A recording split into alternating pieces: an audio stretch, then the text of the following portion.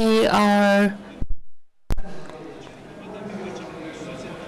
going to talk about Cihan Numa a bit, and while talking about Cihan Numa, of course, we also have to talk about ourselves, and we also talk about the details. Cihan Numa was actually formerly actually it was a youth movement which was in the actually it's an NGO which participated to a youth movement, and it was actually had a name that Youth Foundation, and it was a student movement, and I was also in this student movement, and I was a student in Istanbul University as a member of National Youth Movement.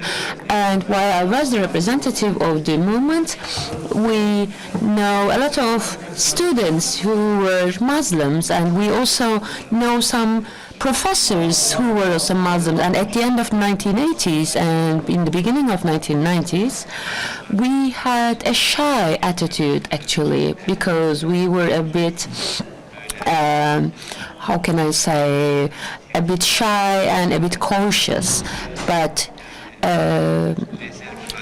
we were actually reserving ourselves. And also we had some collaborations, we had some contacts with our professors, but we were a bit shy.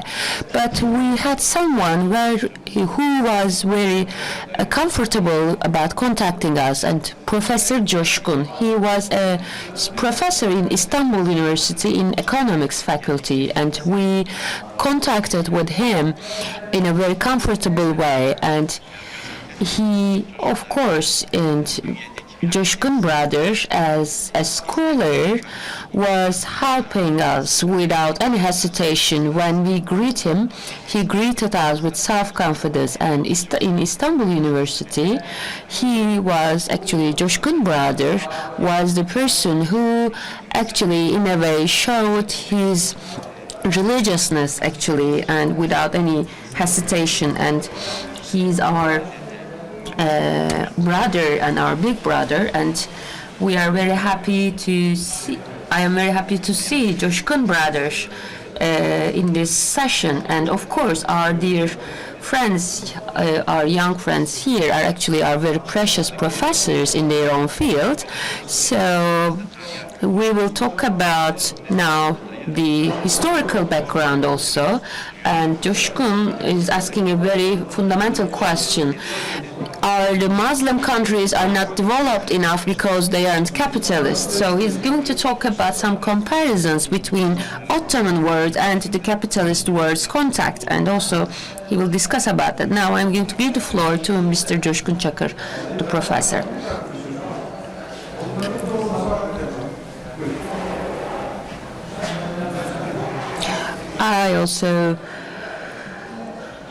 I think you can hear my voice, but I have, okay, you have, it is open. Yes, the mic is open now.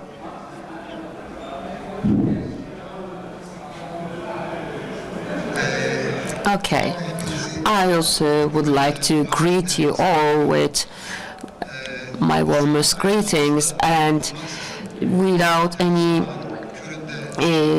thank you so much for coming here early in the morning. I am coming from a far distance too. I'm coming from Bay Coast, from the eastern coast. It is a cold day and an early morning. You had a challenging road to come here, but of course the challenges are actually the part of the knowledge we have to get now. Of course, I would like to extend my thanks to Cihan Numa for organizing this event. And I also would like to extend my thanks to Professor Mahmut, because he actually showed me a great gratitude that I do not actually deserve, because I am also feeling myself very lucky in this session, because I can discuss in a very comfortable way, and I also think that I am also a bit privileged, because the session chair was my student, and now he is my colleague, and now we are working with it. And Mahmut professor is a very precious friend of us. And Mr. Nurullah, I have known him for long years. He is a bright and a very well-read intellectual, and I have seen his name in this. And then I didn't know Fatih Kırşanlı, and I met him in a conference recently, and he was a speaker, and I was very impressed by his speech. I even asked about who is he, and I also met him. So actually, I don't think that now we will have a nervous session. You know, we will be very comfortable, and we will have a cozy session, I think. And as my professor Mahmut, I know he used his authority to give the first floor to me.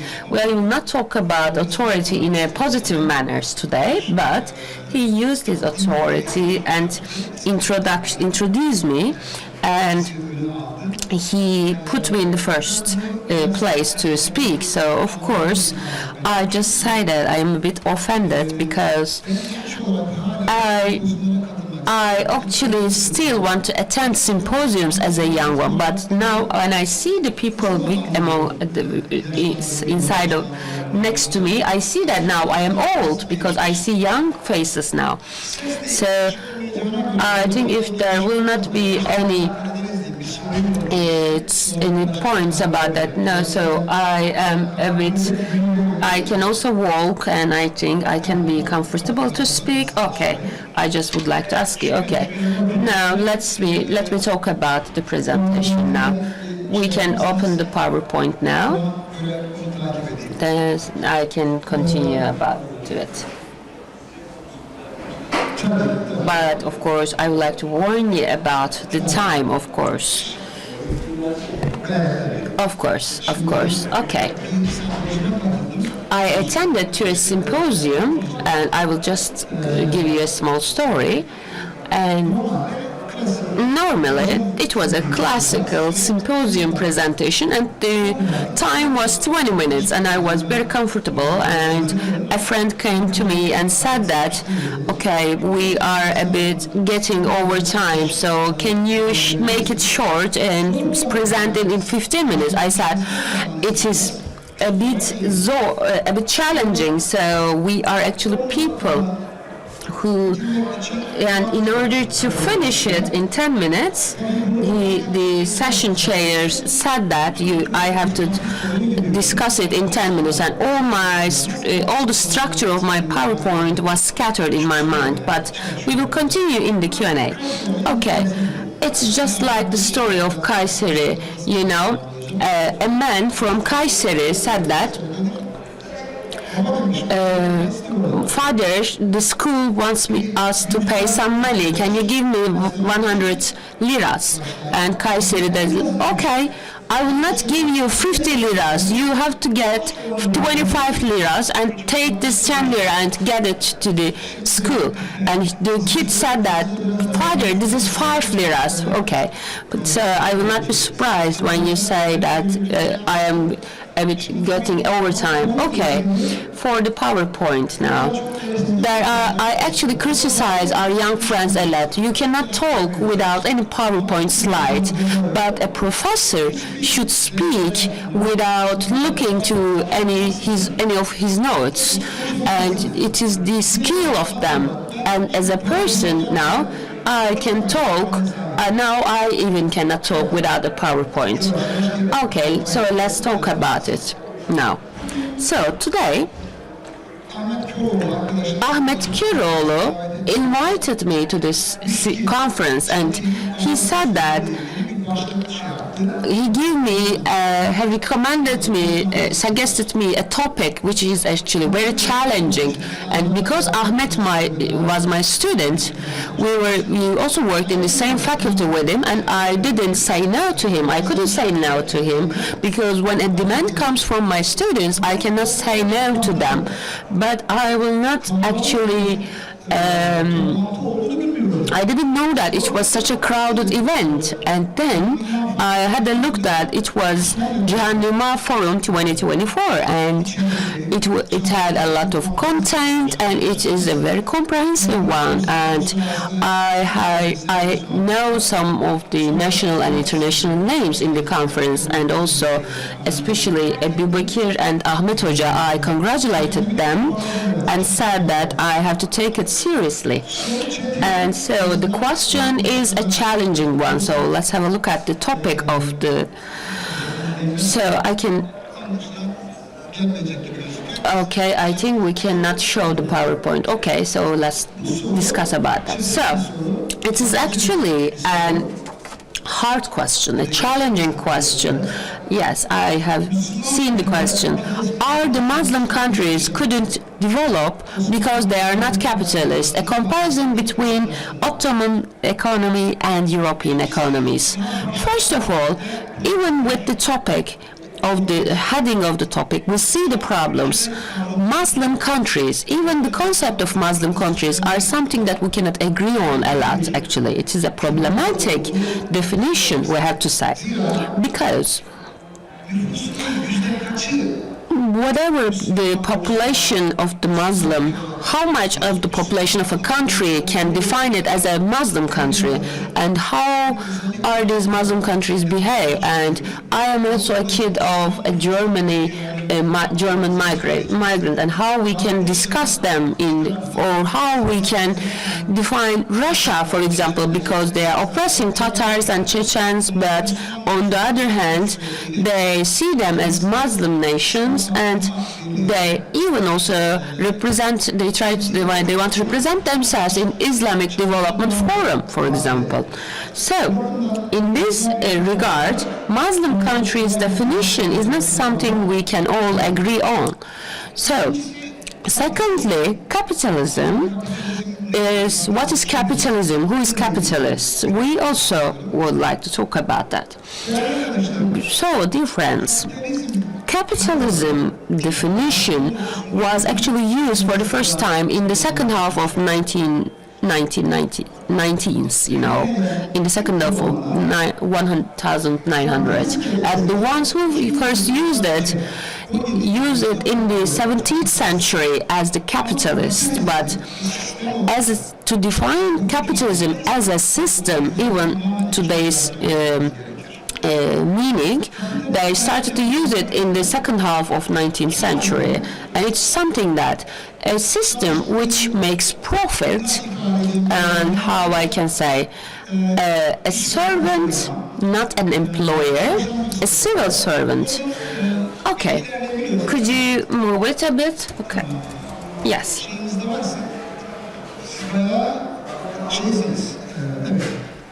Okay, so I can continue from here. As the first page of my presentation, I just would like to give a reference to Ziya Pasha. He said that Islam was the one who was prevented. Now it wasn't, it didn't exist, but now this rumor is new, he said. It is actually the prose of Ziya Pasha, I think. I would like to translate it to my young friends. It means that in the first session we will close it up, and then I will give the floor to the second speaker in a better condition, I think. Okay, so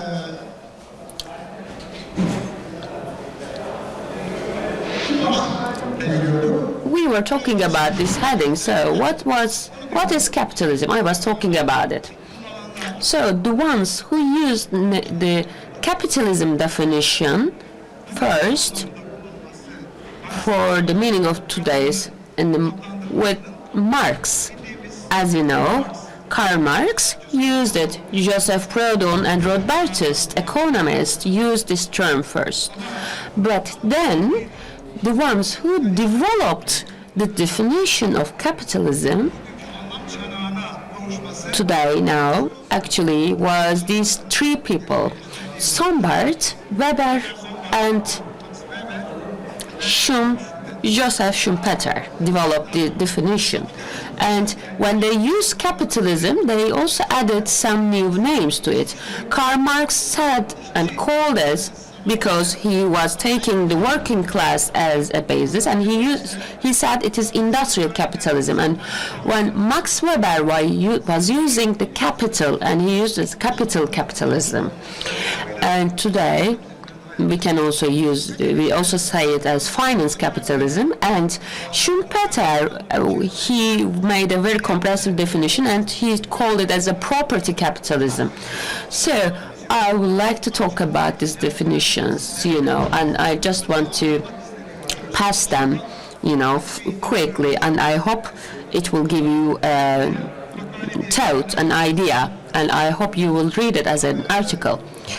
And also, the definition of capitalism, as I said, it has different criteria and has different names. So in a chronological context, in the early Middle Ages, it was called as the word capitalism.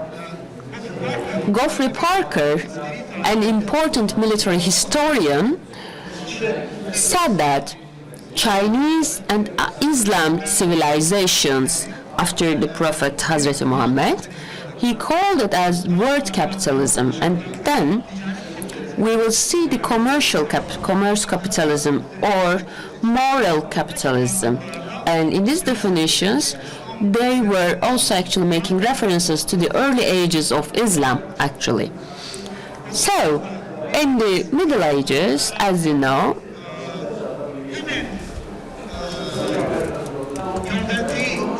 the feudal, actually, age developed Middle Age capitalism. Prenne called us like that. And we also lost him recently. Immanuel Wallerstein called it as the colonial capitalism, and he also had a thesis called as word system. And it is also a long discussion, of course. So, in terms of theoretical context, I think you see that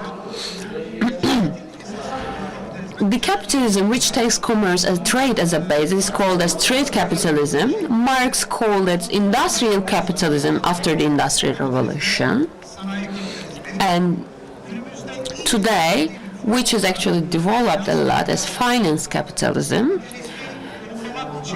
to make a positive reference for capitalism, it is used as democratic capitalism, and it also has a totalitarian autocratic capitalism, vulgar capitalism used in daily life, and two new capitalism definitions: capitalism with morals and entrepreneur capitalism.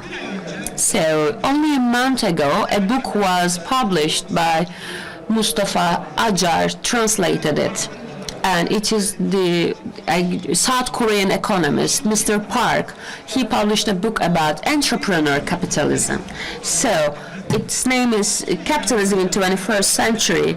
He summarizes the history of capitalism, and he says that in summary, yes, capitalism has some problems, and of course it has some negative and bad attitudes, like the inequalities, like the distribution of incomes, and of course it has a lot of references, but at the end of the day, capitalism is good, he says.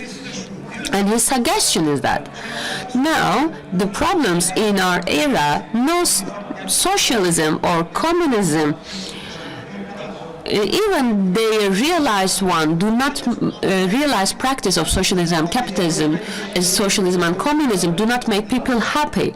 So today, of course, it is not widely accepted also throughout the world. So after all these things, we can say that, Mr. Park says that, yes, we have to compensate some minus parts of capitalism, and entrepreneur capitalism is the capitalism that people need, humanity needs. And Murat Çizakçı professor called capitalism, makes a definition of capitalism with morals, and in his book he talks about an Islam model which was forgotten, and in his book called as Capitalism with Morals, and he says that Ottoman and Selçuklu, or in some late Islam emperor rules, even the prophets and also the Halifas and Emevi, an important part of Emevi practices were actually a real capitalist practices. And these capitalist practices and this capitalism form is actually the ones which takes private property and also gives some mediocre institutions by, for example, using zakat, about compensating the minus attitudes of capitalism.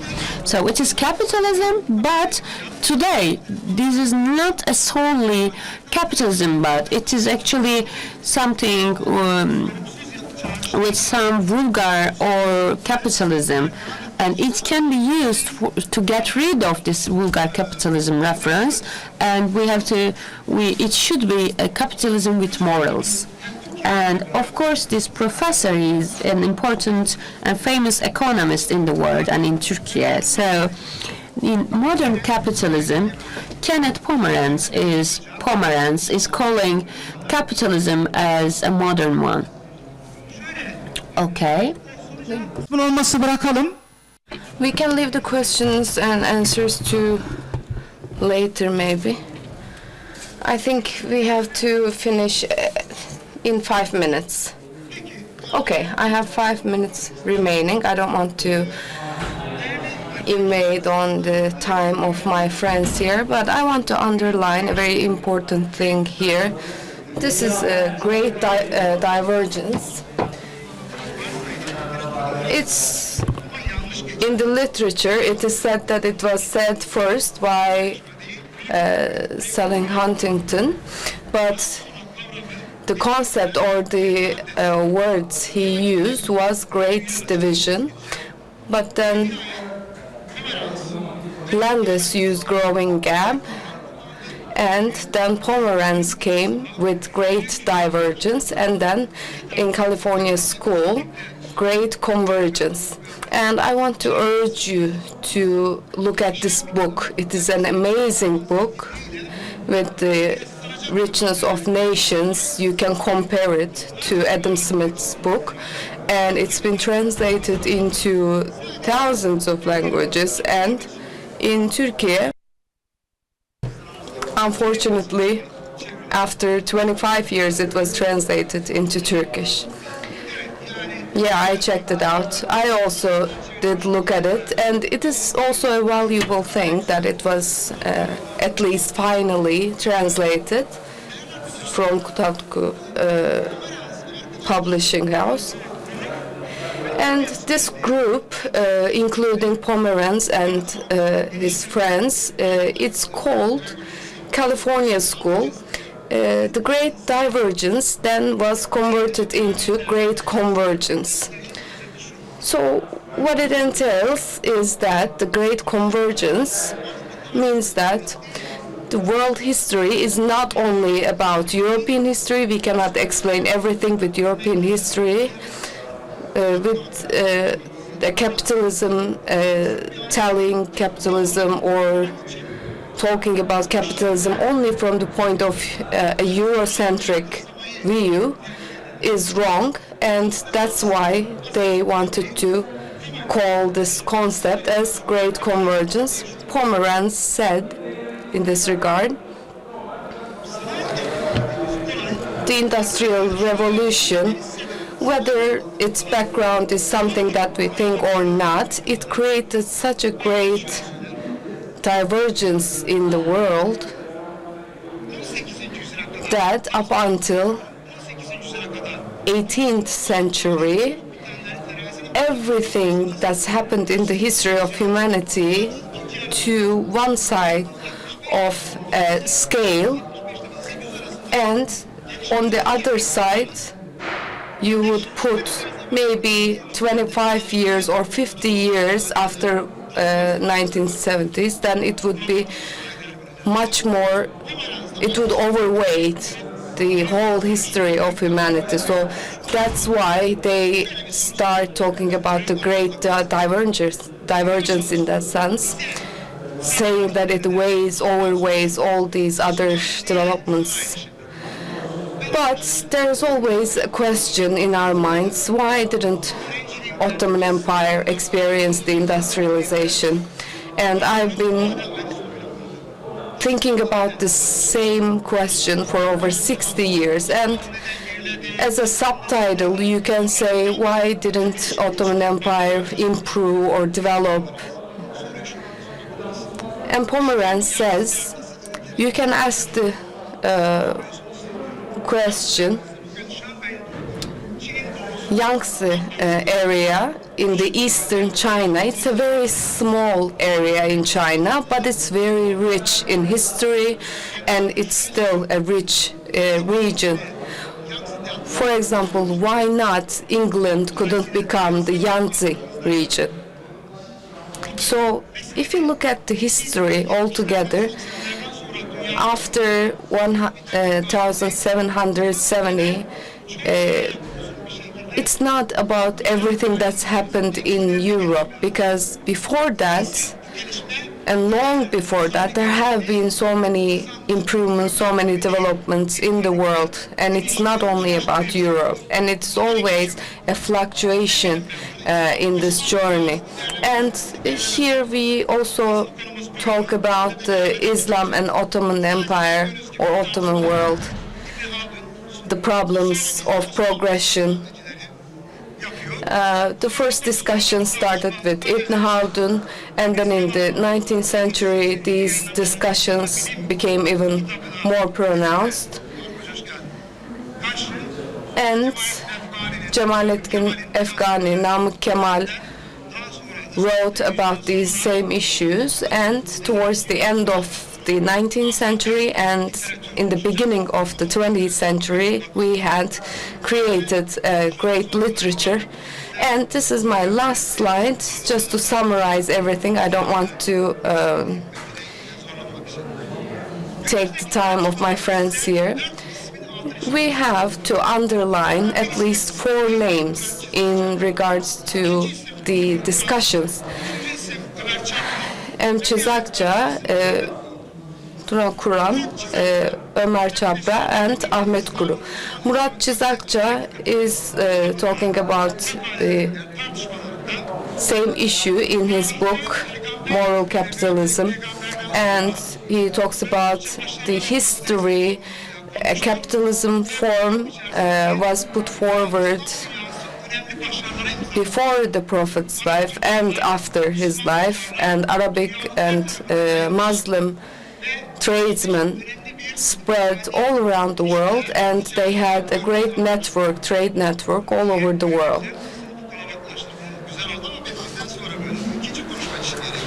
I think everyone is coming in now for the second speech or second speaker. But another important name is Ömer Çapra. Ömer Çapra, he has an article called Ibn Haldun's Improvement Theory, and he was talking about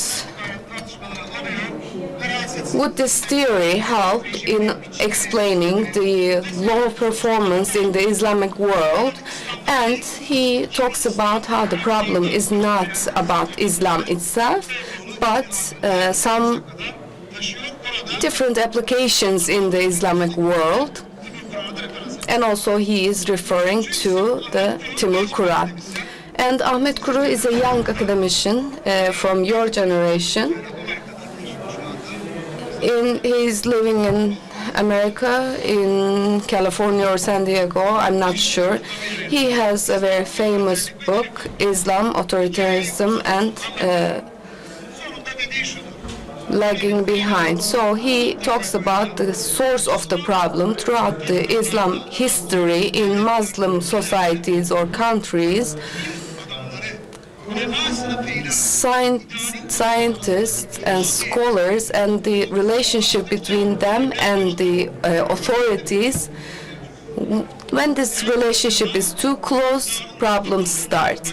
If the scholars, if the science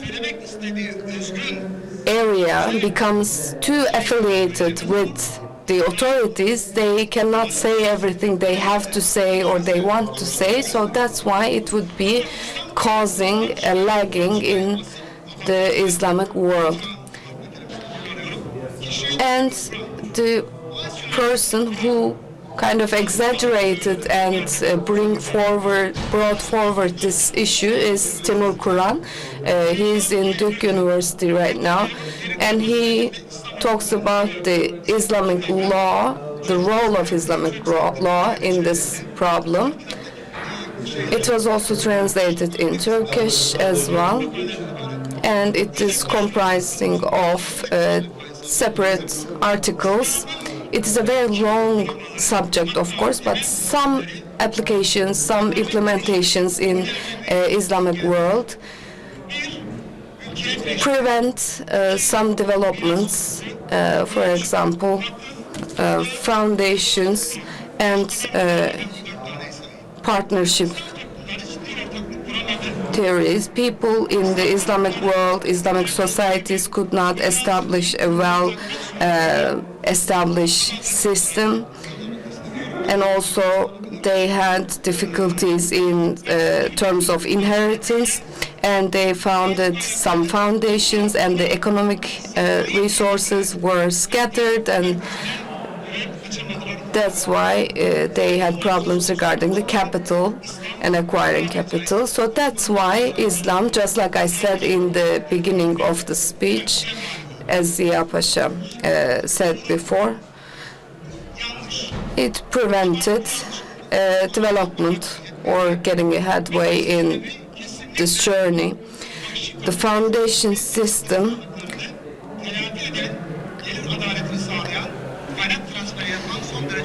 is a very important institution for us, and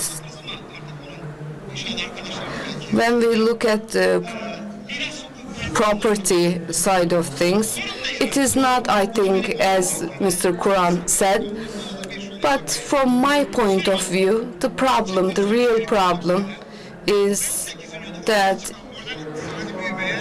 we couldn't become a partner in the growth that started with the modern economic improvements in the West in the 18th century. Ottoman Empire, unfortunately, could not communicate well with the countries around it, and also the communication with the West was problematic. And also in agriculture, for example, there was no private ownership or property. It was not the case for agriculture. And when you look at the trade or tradesmen, there is no differentiation in capital. And in trade, the profit control was a thing, so there was no accumulation of capital. So, of course, when you look at all these things from today, you can think of them as negative things, but everything that we see in this literature is that the basic function of economy is to increase the welfare of the individuals in the society, to create a society with great welfare. If you can achieve that, you have a great economy. But apart from that, if you focus on markets instead of the needs, you cannot achieve that. That's why my last sentence was that Ottoman Empire, unfortunately, couldn't create a market economy, but they created an economy based on needs, and it became the longest, one of the longest institutions in the history of humanity. because of that approach. So thank you very much for your patience. Thank you very much for listening to my speech. Çok teşekkür ederiz Çoşkun. Thank you very much to Mr. Çoşkun. Birkaç böyle I also want to say a couple words to ifade ettiği çerçeveyi again underline the framework that was drawn with this presentation, just to create some background for the questions. Throughout history, tarih boyunca dünya üretiminin yaklaşık the world production, 70% of the world production, Asia was responsible for 70% until the Industrial Revolution, and after that, then Asia started to fall back. India, because of the colonialism,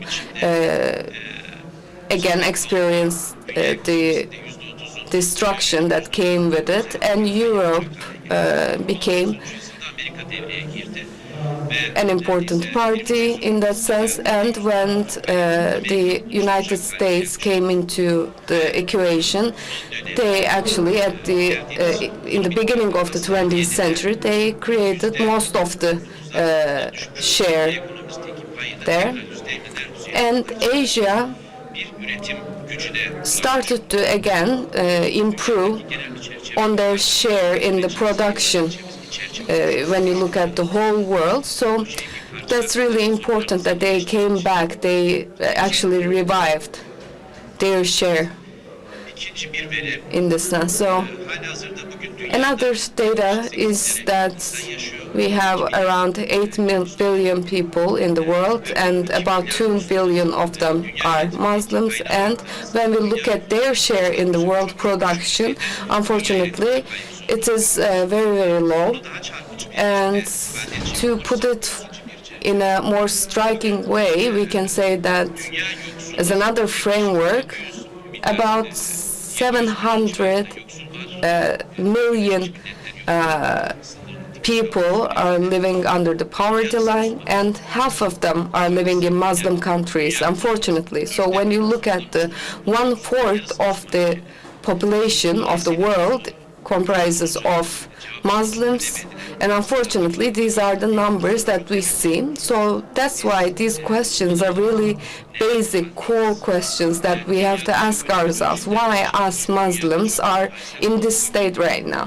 So when you look at the world history, there are great improvements, great developments that we see, but unfortunately the Muslim societies or the Islamic world is not at the same level in that sense. So that's why we are discussing these questions. And I think you would have noticed that a lot of the people that are referred to in the presentations or in articles in books are foreign people. So now we should move on to the second presentation, the opportunities and threats in the Islamic economy. And we have a young academician here from the Ankara Social Sciences Institute. Sorry. 15 minutes, please. You have 15 minutes of time.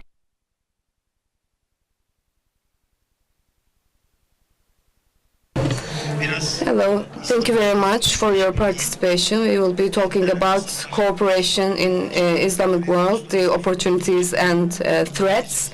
I prepared my presentation in English because this was an international forum, so sorry about that. Benimki zaten hala ekrandaydı. Evet, tamam. Evet, tabii tecrübeye binaen benim o kadar fıkra müddetler altında yok. Should I tell some stories to pass the time before we get my presentation on the screen?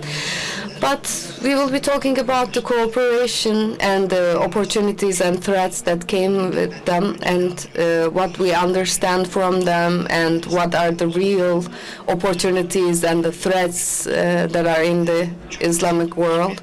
And of course, very simple data is that the Islamic Cooperation Organization has 57 member countries, and this is really high. And this population of Muslim people is about 2 billion. And if you think that the world population is about 8 billion, so it corresponds to 25% of the world population. But when we look at the GDPs, unfortunately, we cannot really reach the 25% that we reach in the population sense.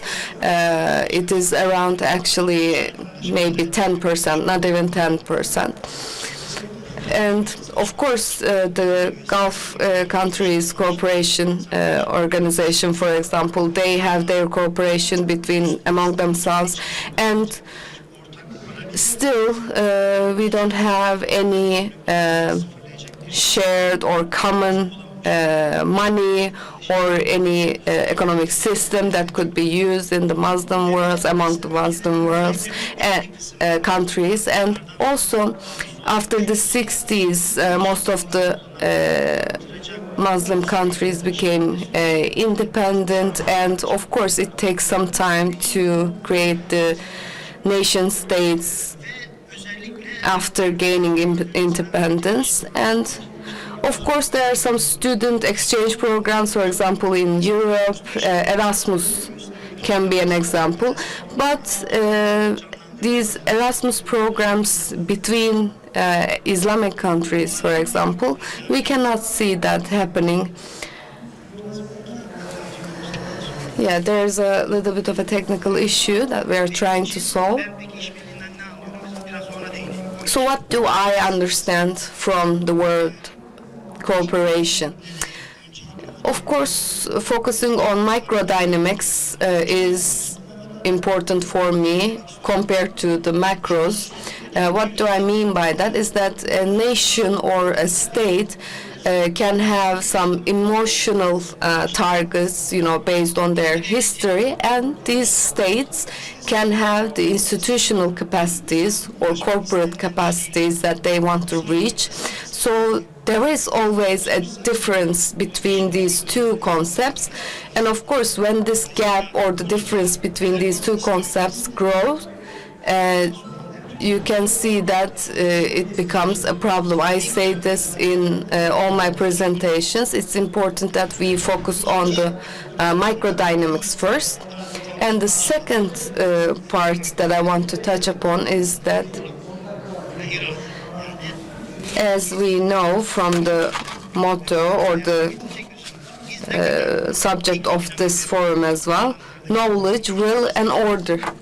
Of course, when we focus on the micros, and the more we want to understand knowledge, the more powerful the will be, and also it would create the order that is strong. So these microdynamics actually should focus on the knowledge first, and then comes the will, and then all of them, both of them unite and create a world order, a global order. So I think these are important things that we should focus on. And of course, thirdly, again, within the microdynamics, the concept of justice, intellectuals, the policymakers, of course, should understand what we mean by this, and we have to talk about what this means in the Islamic world as well. So, one or two slides, maybe I managed to summarize them for you, but the third slide I'm going to need. These microdynamics, why am I talking about them? Because in Turkey, for example, the R&D was at the same level in Korea in 50s as it was in Turkey. But when we look at the background a little bit, there's a different history or story in Korea, for example. There was an Asian crisis, and there was a devaluation in their money, and the gold prices increased, and Korean people participated in the gold campaign to give their gold to the state, for example. And in our country, what happened was that we know that, you know, the gold that is, or the money that is hidden under your pillows, as it said, it is around 300 billion there. So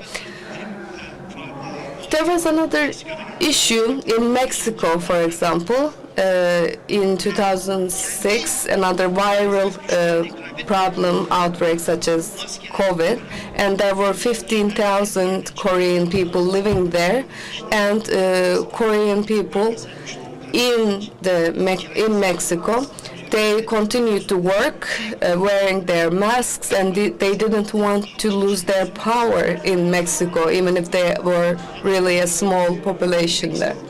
So I wanted to also draw your attention to that. So what do I understand when I say opportunities? I wrote some titles here. There are some opportunities, and of course these could be intertwined. These concepts are really intertwined.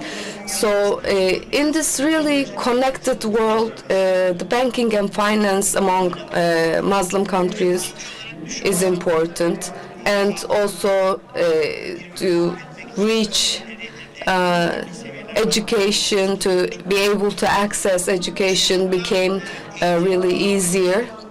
Educational attainment is also another important issue, but with the AI and technology we are facing now new opportunities, and Dayan Acemoğlu also mentions in a lot of speeches. AI technology is really important, of course, and our young people really improve themselves on these issues. And we have the young and dynamic populations in our Muslim world, and also our cultural upbringing. When you look into our lives, our histories, our families, our values, we were raised in a certain way, and when you look at the other developed countries in the world, it actually creates a great opportunity for us. I think we shouldn't overlook them as well. And after the October 7th, the attacks of Israel, for example, I have to say that there could be some opportunities there if we think about designing our story based on justice, knowledge, will, and order, and if we use our resources really well, if we use what we have in the right way, we can really achieve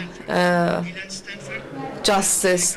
And Leland Stanford in New York, the train lines and railroads, he actually really improved on them. But when you look at the Western sources, he would be called a fraud or a thief. And so this was actually another example that I wanted to give you, that from the different perspectives, they could be actually understood in a different way. So we have to tell our story well. And of course, we have to have the Eastern land ideas, and I will be also talking about some threats. I'm trying to be a little bit fast. Of course, when we look at the property rights, we shouldn't look at the America examples, for example. I think it's a different concept from ours. Corruption, the perception of corruption, and the relations between corruption, religion, and politics. And when you look at the Islamic countries' organizations, we have to look at the micro dynamics in terms of these concepts that I'm showing you on the screen. I think we should first of all look at ourselves. And for example, one of the most important things for us is the young unemployment. If you look at Egypt, for example, they are now at a better level. And when you look at the Islamic world, again, there's the immense wealth and income inequality.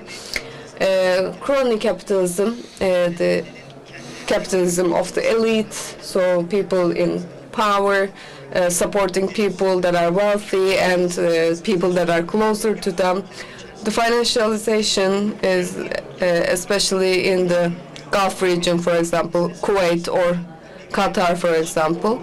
If they wanted to, they could finish the entire communication in Morocco, for example, because they are actually managing the telecommunication companies in Morocco.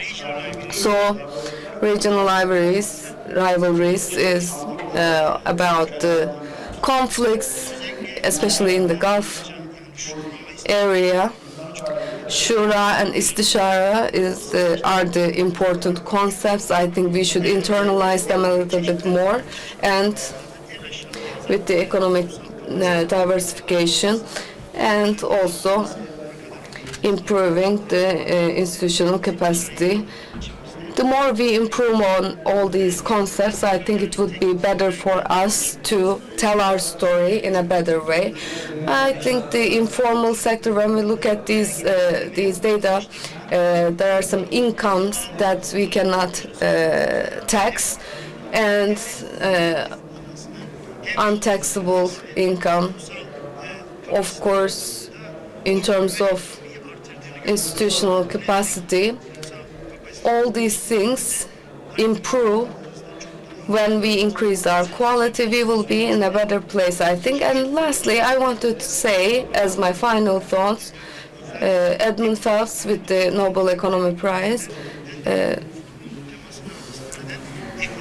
I want to say, referring to his words, cooperation depends on the characteristics of societies. I want to say that.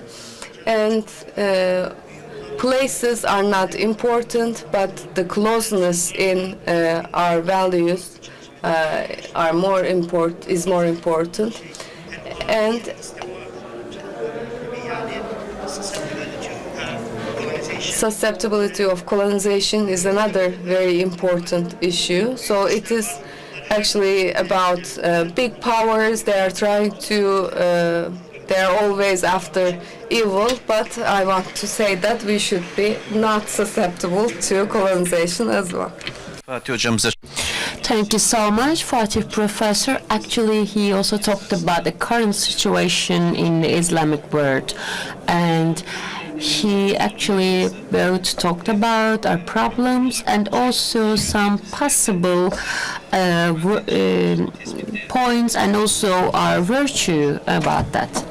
And yes, we have a lot of challenges, as he said. We have to take them seriously, but he also talked about that we also have some possibilities about that. So these are the topics open to discussion now. Nurullah, he is from Marmara University, and he's also a young professor. He's going to talk about national economy attempts in the global age, and he'll talk about that. Our time is over, actually, but we will give him 15 minutes, I hope. Okay, actually, in normal conditions, as a citizen, actually, I would be very happy to continue to listen Çoşkun professor.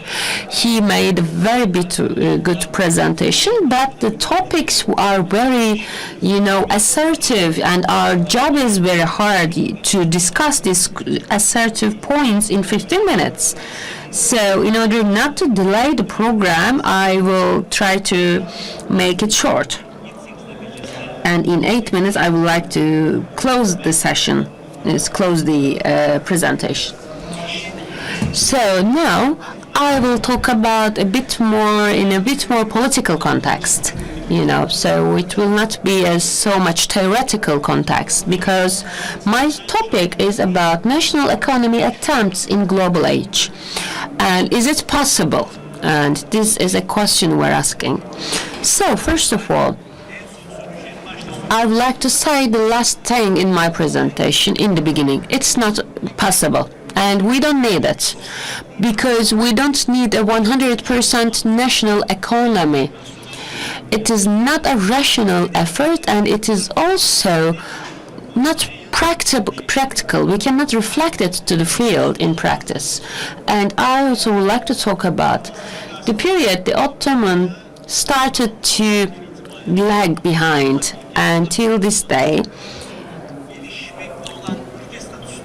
We were actually a developing country, and now the developed countries are now discussed in three categories. In the first category, Japan and Germany. Then they have South Korea and now China. And after them, we also have countries which have different stories, like Gulf countries, which are rich in energy, and also after their integration to European Union, Poland or Czechoslovakia.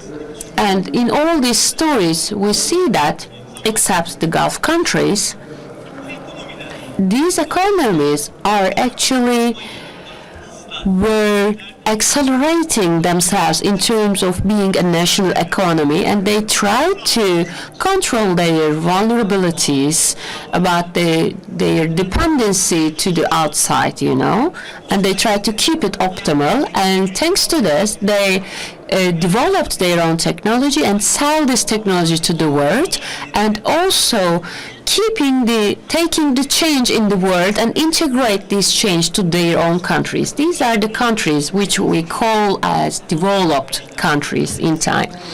So actually, we need globalization in this sense.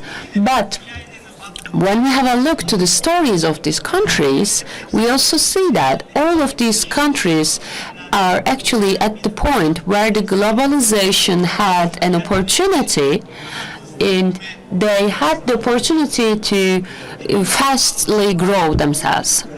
So in these terms, globalization is actually slowing down, and it has a new era in the last 10 or 15 years. But it doesn't mean that it will exterminate, because today we see trade wars, technology wars, we talk about sanctions, etc. But we see that some countries are a bit reserving themselves. But we see that both the trade capitalism and finance capitalism, after the crisis in 2008, they are slowing down. And as a reflection of that, we see that the emphasis for protection policies and industry policies are on the table.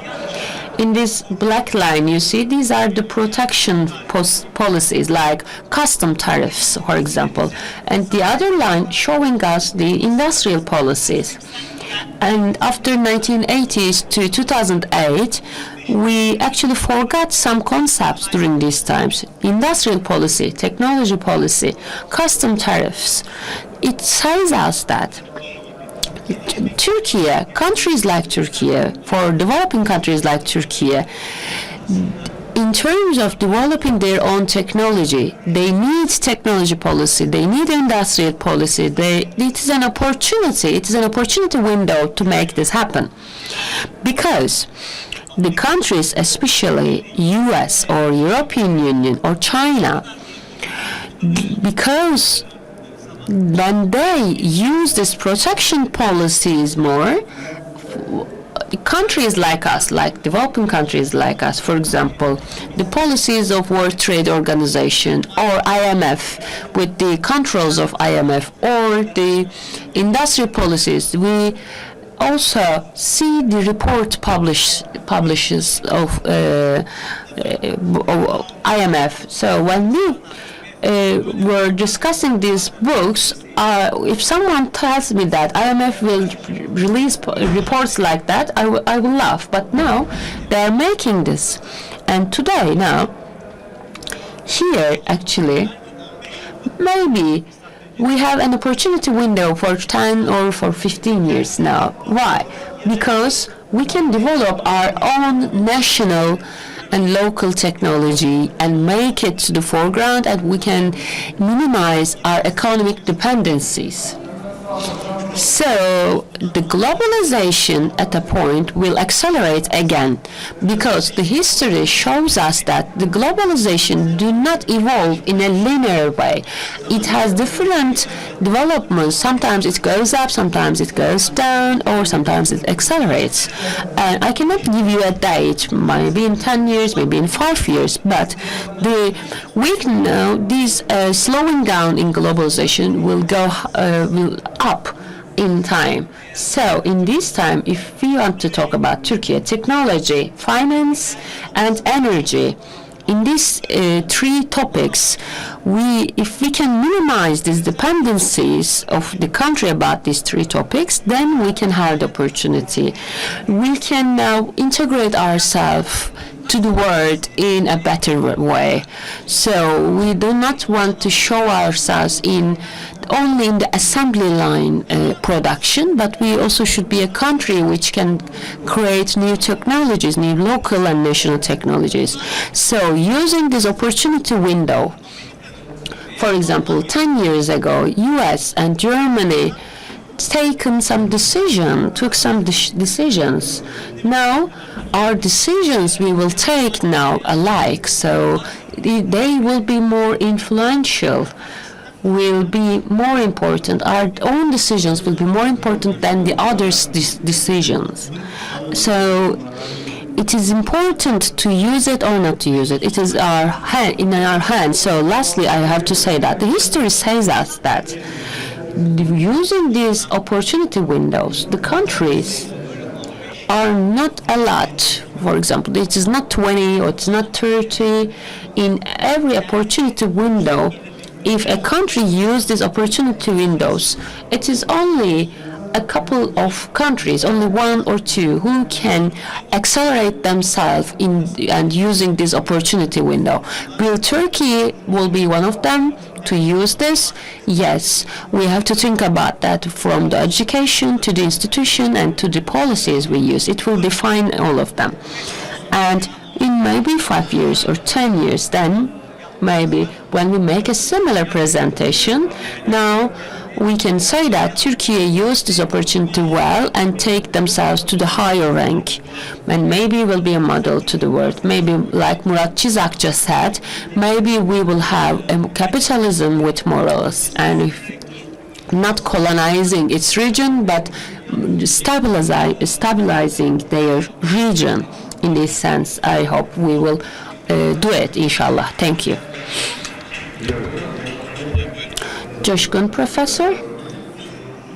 Nurullah hocamıza çok teşekkür Thank you so much, Nurullah Professor. Actually, it was a very good complementary speech, completed the other presentation. So, for this framework, I would like to make a small contribution.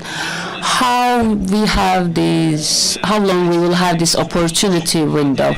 It is actually about when the economy goes behind. As an economics professor, my friends said that a political actor who had a high trust to themselves in the society, they said that, of course, they used some words, and of course the economics professors were asked some questions. And they said that there are 4 sections in economy: finance sector, insurance and banking, companies, and the households and public sectors. And if we have a worse situation, the state, the public is in worse situation. So then we do not have, actually, we have to get an opportunity to get some more recovery policies for the state. If we can make it, we can recover, I said. But in this point now, because the bad condition of the public sector is worse and worse, and now this worse condition actually, of course, influencing the households' power of buying something, and of course they had a loss of income, and now, of course, for the companies who are open for stock markets, they don't have a good balance sheet now, for example, in the last couple of years. Their profitability decreased and their competitiveness is decreased in the world. So in the economy, because the public sector deteriorated their own structure, in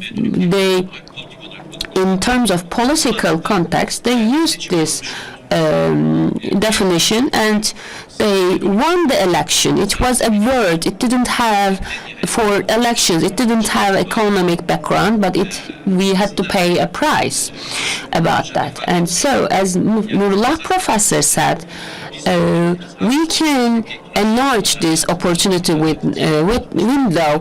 Our high technology export is around 3% in the economy, for example. We can grow it. We have a good example, like in the defense industry. We have accelerated ourselves in this opportunity window about defense industry, and we can have a window and how we can succeed in about using this window in 10 years or in 15 years or something like that. It is all actually things that we have to think of. Now, dear friends, thank you so much for all your presentations. It was a very fruitful and pleasant session. Now we can have the Q&A. If people say that you can use it, please introduce yourself and then we can see that. And please pose your question to which professor you can talk. Do we have a friend here who can help us?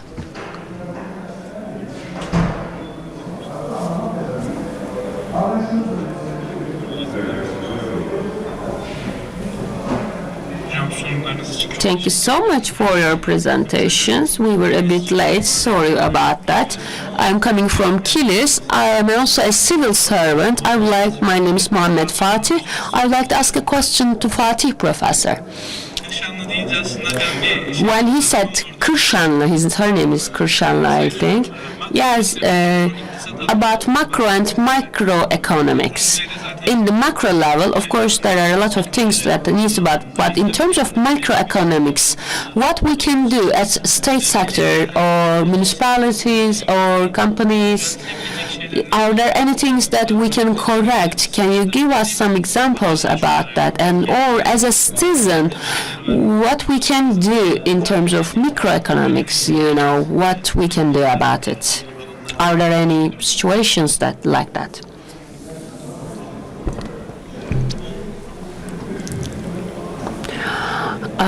We cannot hear him. Please tell him to get the mic.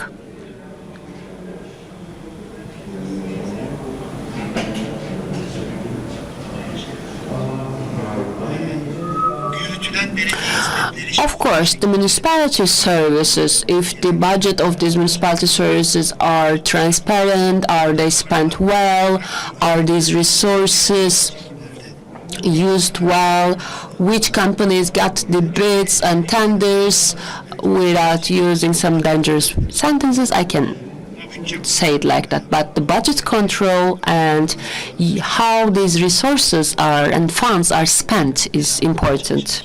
And of course, the people working there, the managers, I can say it, if they are actually deserving their position or not.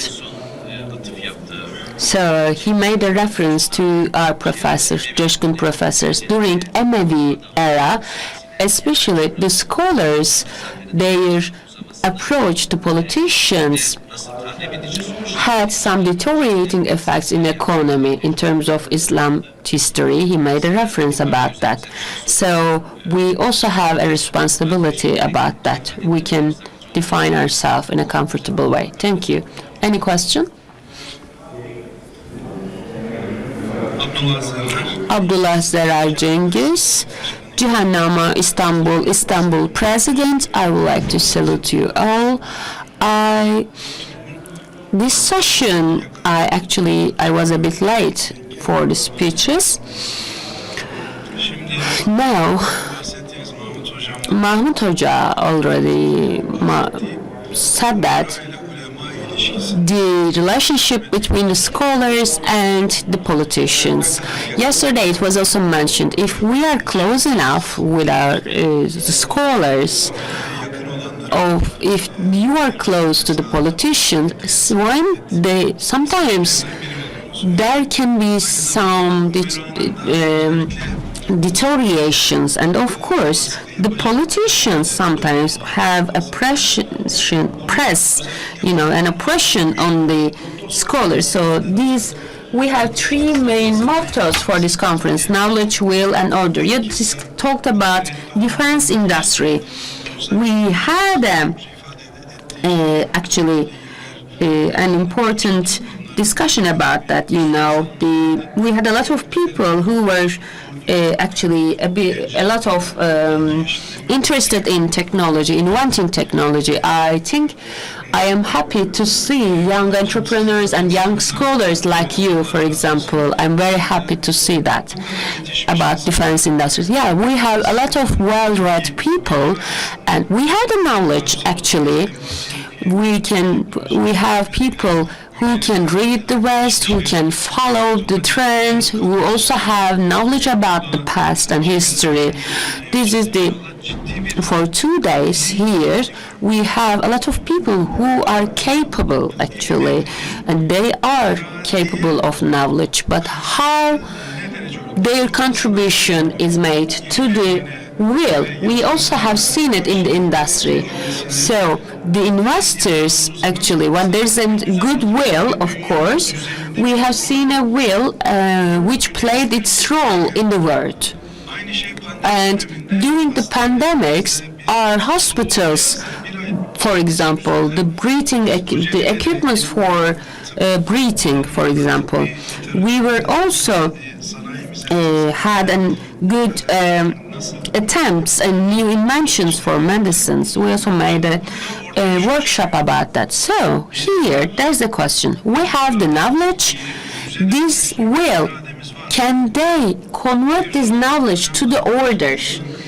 Do we have this will?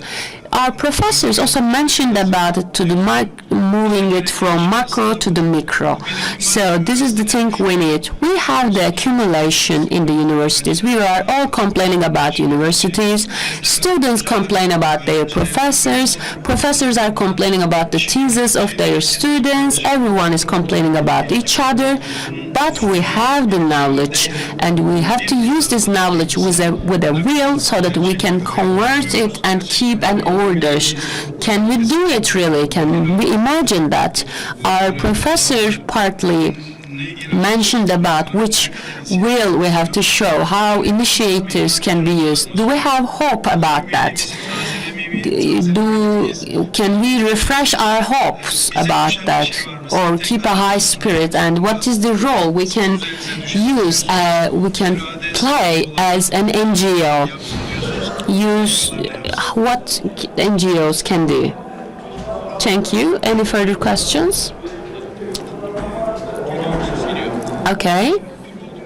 Birol Duman. I am the coordinator of Cihannama for the first region. I'd like to ask the Çoşkun professor about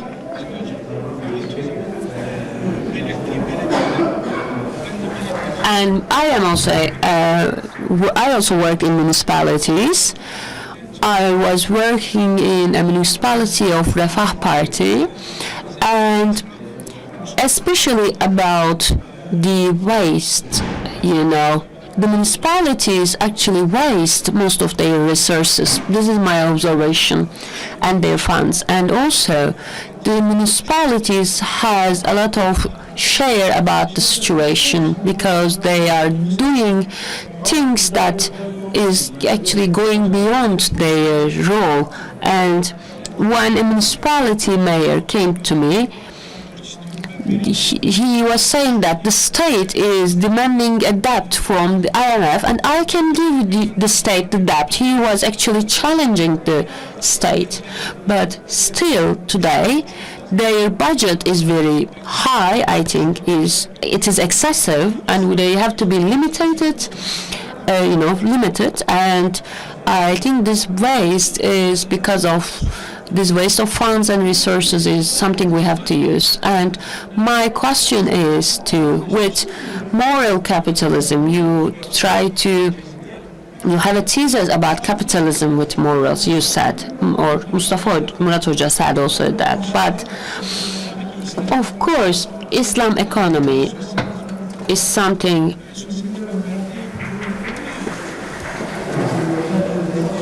what we can say, a suggestion to socialism, or a suggestion to capitalism, yes.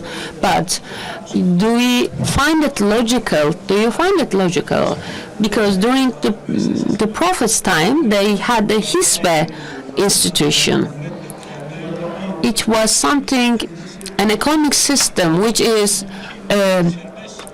under a control system. Doesn't it deteriorate the finance capitalism? Thank you so much. Any further questions? We can have the questions more, then we can have the answers. Zihni Çapın Diyarbakır Cihan. Diyarbakır Cihannuma representative. Thank you so much, dear professors, for your questions and contributions. And in Islam societies or in Islam countries, we have some cooperatives, as people call it like that, or structures like that. And we try to grow economy. Is it possible to grow the economy via these cooperatives? And like Yimpaş, Kombasan, you all know it from your youth, I think. Because these were the cooperatives which were funded with the incomes of immigrant workers. And so with small accumulations, they created big companies. But they all was frustration, actually. But so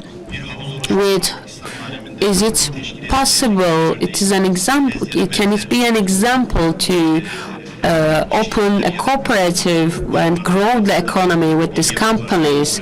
I think in Malaysia they also have it. Is it possible? Or for a recommendation, can we use them in a more professional way? And Fatih, you also have given a South Korea example. They said that South Koreans used all their golds for the invest. Did they give these golds to the state, or did they buy the shares of the companies? And this crisis was invented by the West in a superficial way, but they want to buy something cheaper than it was possible. It was a superficial. Was it a superficial crisis imposed by the West to buy the shares and stocks cheaper? Is it something also similar to our companies now in Turkey? And it is something we can all see. People do it like that, and also we think it like that. Çoşkun abiden başlamak üzere sorulara. Teşekkür ederim. Thank you so much, Mahmut Hoca, and thank you so much for your questions. I will tell a joke, because I am a former politician. I was a former MP, I also try to take a distance with the politics, you know. Municipalities are also a field of policy, of course. I also see some familiars. I would like to make a pure academic level, but politics is not something you can escape, of course. But I know how precious is Cehennuma, but for all of us, I can give you a story. It is a book I can strongly recommend. The Short History of Capitalism, Hürgen Koçka. It is a very short book. Hürgen Koçka, when it was published, this book was published, a man criticized this book, and while he was criticizing, he said that three men gathered together, a French, an Englishman, and a German. And they said that we can write something down on an elephant. And the English said that about hunting an elephant. The French said the love of the elephant, the love life of the elephant, and he wrote a book about the elephant. And the German said that I will write a book headed A Short History to the History of Elephant, 10 volumes. So the thing we are discussing here, actually, a short history in 10 volumes. So 2 questions I would like to say.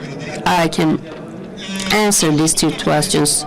Capitalism with morals. I just actually tell you a story, but Islam capitalism or capitalism with morals, I do not agree with these terms actually. I just told you about them. So I had 5 names in the presentation, Timur Kuran, Ahmet Kuru, and the 5th name was Sezai Karakoç. Then I excluded him from the list because when he was there, then there will be an answer to you. Because Islam can include some criteria about capitalism. Islam can still even include some criteria, suggestions of socialism. Or Islam can move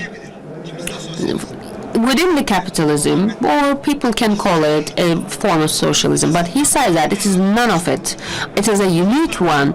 So in these terms, neither an Islam socialism nor, as Maxim Radisson, Islam and capitalism. Islam is not a pure capitalist system. It is not good to actually define it like that. But we can discuss about that, of course. Bakabilir. Fakat buna İslam kapitalizmi demeyi doğru bulmam, uygun bulmam. But I don't think it's appropriate to call it an Islam capitalism, but maybe also we can talk against the moral capitalism as well, because capitalism is not independent from colonialism and also imperialism. So when you look at it in a historical sense, and I know that you didn't mean it in that sense, but when we look at it historically, capitalism, colonialism, and imperialism, they are intertwined processes, so we are not talking about something that is innocent, just capital relations. No. If it's that, then we can talk about trade relations or capital movement or something like that. So I wouldn't call it capitalism. But when we talk about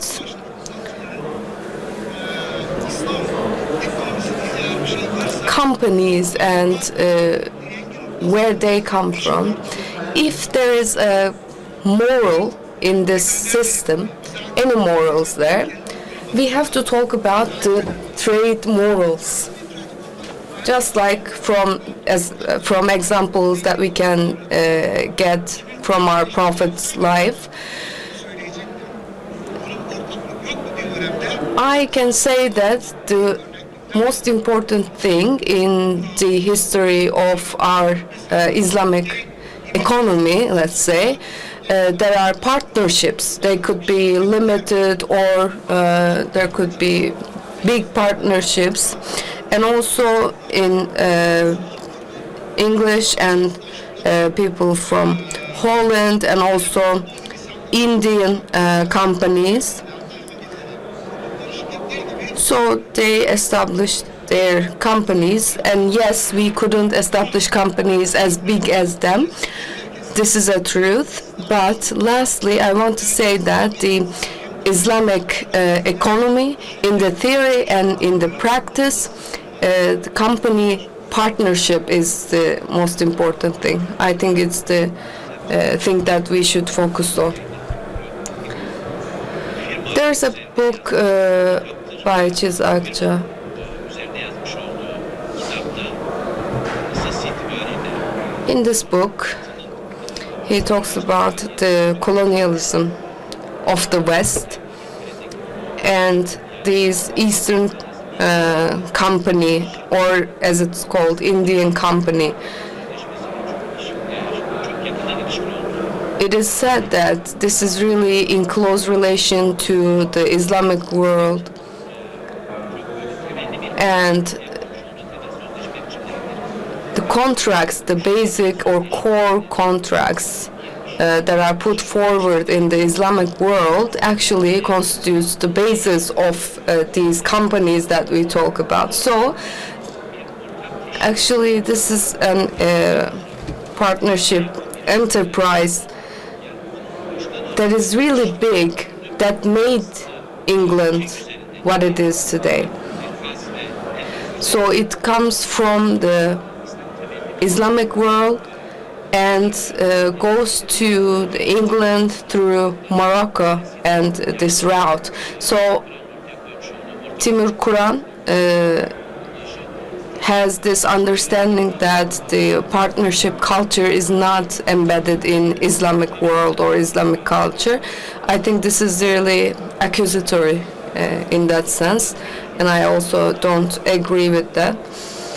In partnership, of course, we have to underline the concept of trust, because if you don't base your economy on trust, in Islamic world, when trade prevailed and the partnerships were stronger than the West, you cannot go back to that times if you don't establish your trade on the basis of trust. And a lot of people, they don't trust foreigners, for example. For example, in Scandinavian countries, it's around maybe 40%. They don't trust the foreigners. So when it comes to partnerships, specifically in Turkey, you cannot really revive it with just economic theories or some things like that. We have to get into all-encompassing sociological research. I think that's the important thing. And when you look at a little bit more of the civil side, I think the NGOs, in order for NGOs to be more effective, they have to be civil. Yılbaşı özelindeki soruya ilişkin About the Yimpaş question, I want to say this. Maybe the book was translated in Turkish. It was written on the concept of trust. It came from the İş Bankası publications, and their experiences. I think the most important characteristic of a Muslim person is that they are trustworthy, just like our Prophet uttered, a Muslim can never lie. But today in our geographies, in Muslim geographies, unfortunately, we are deceiving each other. We are lying to each other very easily. And that's why I think we should take a look at ourselves, and we have a long distance to cover in that sense among ourselves in terms of political relations as well. We have to be more civil, more civilized. And çok tasvir olmamız gereken bir yes, I think we can only then go back to our authentic selves, our authentic basis, our values, that's how we can again re-establish our system. I can say about trust, the concept of trust, in the latest research in Ankara Social Sciences Institution. So the percentages were 88% in trusting people from your own area, and the loans given by the development banks as well. So $300 million is the collective, let's say, size of the 57th Islamic countries that I mentioned in the organizations. And